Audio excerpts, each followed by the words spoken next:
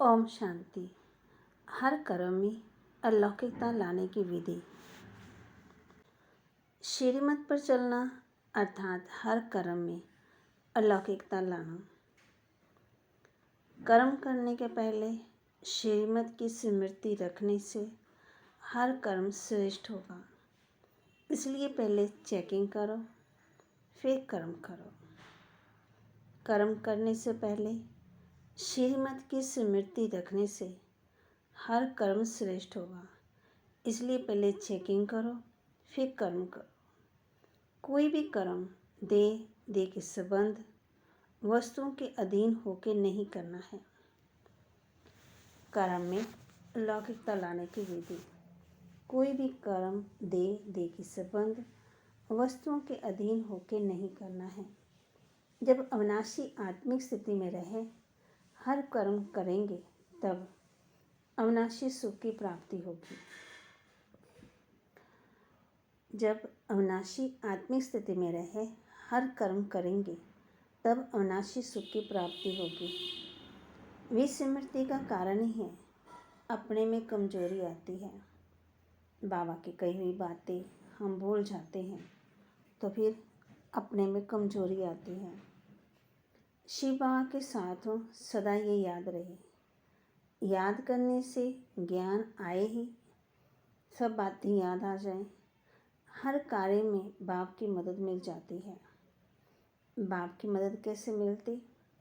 सदा शिव बाबा के साथ हो, याद करने से ज्ञान आए ही वो बातें याद आ जाए। हर कार्य में बाप की मदद मिल जाती है। लौकिक संबंध में वाणी काम नहीं करती। अपने चलन में अलौकिकता लाओ तो चलन की आकर्षण लौकिक संबंधियों में स्वयं खींचेगी।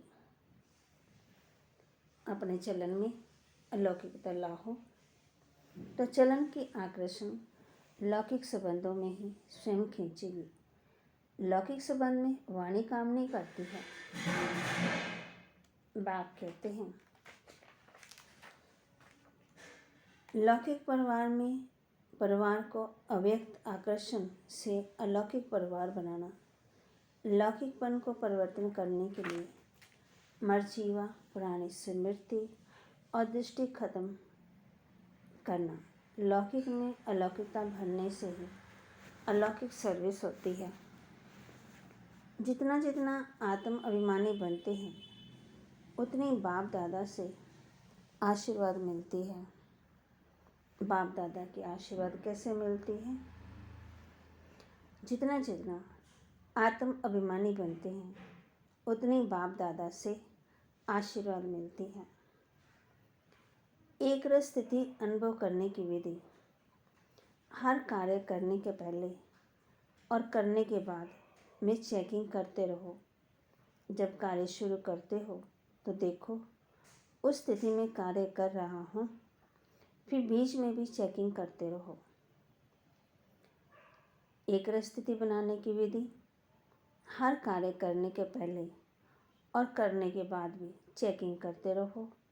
जब कार्य शुरू करते हो तो देखो उसी स्थिति में कार्य कर रहा हूँ, फिर बीच में भी चेकिंग करते रहो।